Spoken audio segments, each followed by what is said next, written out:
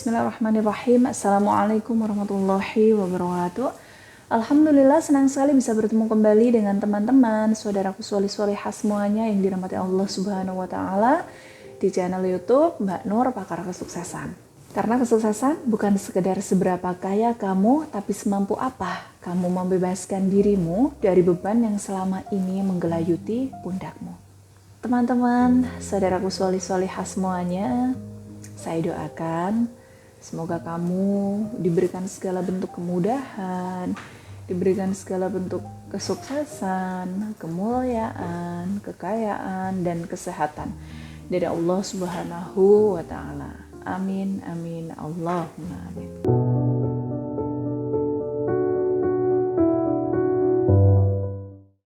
Teman-teman, saya mau tanya, kenapa banyak orang gagal mendapatkan manfaat dan berkah dari perbuatannya, dari tindakannya zikir, tindakannya sholawat, seperti itu? Kalian tahu kenapa? Sebenarnya saya udah pernah bahas ini, tapi ternyata masih ada yang belum paham. Itu karena mereka melakukan satu kesalahan. Apa itu? Mereka tergesa-gesa. Saya sering kali ketemu orang yang mana ketika mereka tanya, Mbak Nur, saya udah zikiran ini, zikiran itu, tapi kok jualan saya nggak laris-laris juga ya?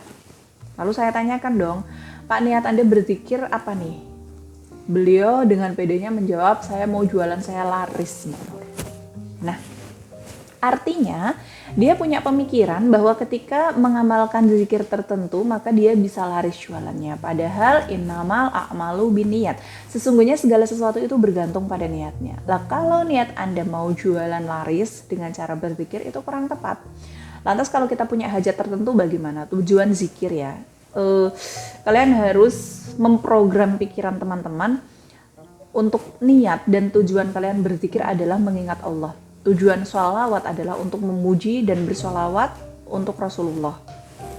Bukan untuk jualan laris atau bukan untuk cepat kaya, bukan untuk beli ini beli itu. Nah kalau niat kalian begini, saya berzikir karena Allah Subhanahu Wa Taala, saya bersolawat untuk baginda Nabi besar Muhammad Shallallahu Alaihi Wasallam agar barokahnya melimpah kepada saya dan keluarga, agar barokahnya bisa meningkatkan penjualan usaha dagang saya, itu nggak apa-apa. Yang penting niat Anda berzikir karena Allah. Kalau doanya untuk minta yang lain-lain boleh, sah-sah saja. Itu untuk berdoa gitu. Kalau kita sebagai seorang hamba mintanya ya jelas kepada Allah Subhanahu wa Ta'ala, kepada siapa lagi? Karena yang Maha mengabulkan hanya Allah. Adapun sarana-sarana berkah seperti tasbih Nur Agnia yang mungkin sudah Anda miliki, itu hanya sekedar sarana, bukan pengabul hajat. Sarana itu apa? Sarana itu alat. Istilahnya gini. Saya berikan analogi, Anda ingin pergi ke Makkah, jalan kaki dan naik pesawat, lebih cepatan mana? Lebih cepat naik pesawat, bukan? Nah, gunanya tasbih Nur Agnia ini juga alat seperti gunanya pesawat itu tadi. Tapi kebanyakan orang itu tergesa-gesa dalam berzikir. Mereka tergesa-gesa, udah tergesa-gesa niatnya keliru lagi. Ya kan, tergesa-gesa zikirnya agar cepat kaya, tergesa-gesa zikirnya agar jualan laris, tergesa-gesa zikirnya agar bisa beli rumah. Mereka tergesa-gesa sholawatnya hanya ingin cepat kaya, sehingga hal ini bisa menghilangkan esensi zikir, esensi sholawat untuk menghormati Rasulullah untuk memohon berkahnya kepada Allah. Lalu sebagian dari mereka tergesa-gesa ingin cepat berhasil, ingin cepat rezekinya datang, atau zikir yang penting sudah zikir sampai mungkin 3.000 bacaan gitu, awur-awuran, ikhlasnya nggak ada.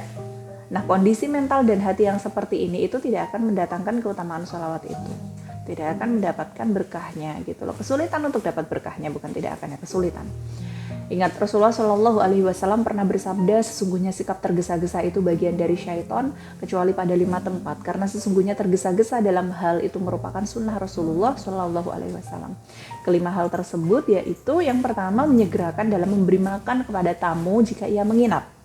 Nah, apakah teman-teman juga mempraktikkan ini? Yang kedua, mengurus jenazah orang yang sudah meninggal. Jadi, segera diurus kalau ada orang yang sudah meninggal. Jangan malah kalian takut dan pergi. Karena kita semua juga nantinya akan meninggal dunia. Selanjutnya, ketiga, mengawinkan anak perempuan jika sudah usianya balik. Yang keempat, menyegerakan untuk membayar hutang jika sudah jatuh tempo pembayarannya. Dan yang kelima, yakni tergesa-gesa dalam bertaubat dari dosa yang jika sudah terlanjur dilakukan.